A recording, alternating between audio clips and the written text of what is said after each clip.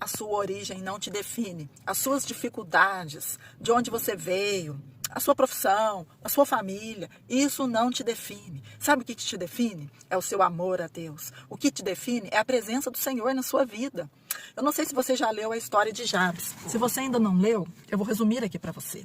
A história de Jabes está descrita lá em 1 Crônicas 4:10, lá no Antigo Testamento. E Jabes, se você for ler a história dele lá, Jabes, o nome Jabes significa aquele que foi gerado com dores. Ou seja, o nome dele já trazia algo ruim.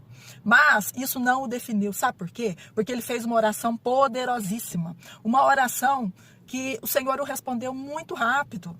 Nessa oração, ele pediu o quê?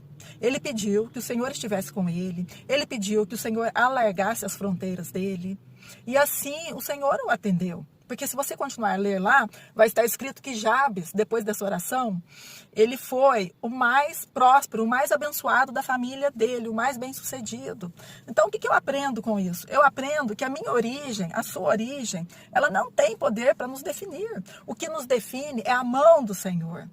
Porque Jabes começa a oração dele falando, se a sua mão for comigo. Sabe? Então, primeiro, o que nós temos que ter? A presença do Senhor. E depois, ele pede para que o Senhor alargue as fronteiras dele. Isso fala sobre prosperidade, isso fala sobre ascensão, sobre ser conhecido, sabe? Ter uma vida boa, harmoniosa, mas sempre com a presença do Senhor. Porque se você observar, primeiro ele pede que a mão do Senhor esteja com ele. Nós precisamos ver a ordem dos pedidos. Porque às vezes muitas pessoas pedem prosperidade, pedem ascensão social e depois se lembram de Deus. Mas Jabes não.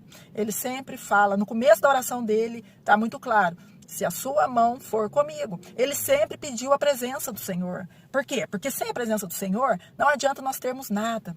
E você concorda comigo que se ele fosse uma pessoa pessimista, ele nem ia pedir nada. Ele ia falar assim, a minha origem já me definiu, não tem mais jeito para mim. Mas não, ele ousou confiar no Senhor. Ele ousou não ser definido pelas circunstâncias. Ele rompeu porque ele pediu a presença. É a presença do Senhor que fará total diferença na sua vida. Não é a sua origem, não é os seus bens, sabe? Não é nada disso.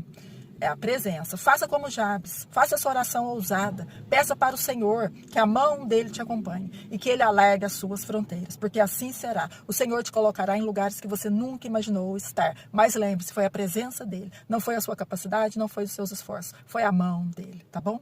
Se você gostou, compartilhe e republique. Um grande abraço.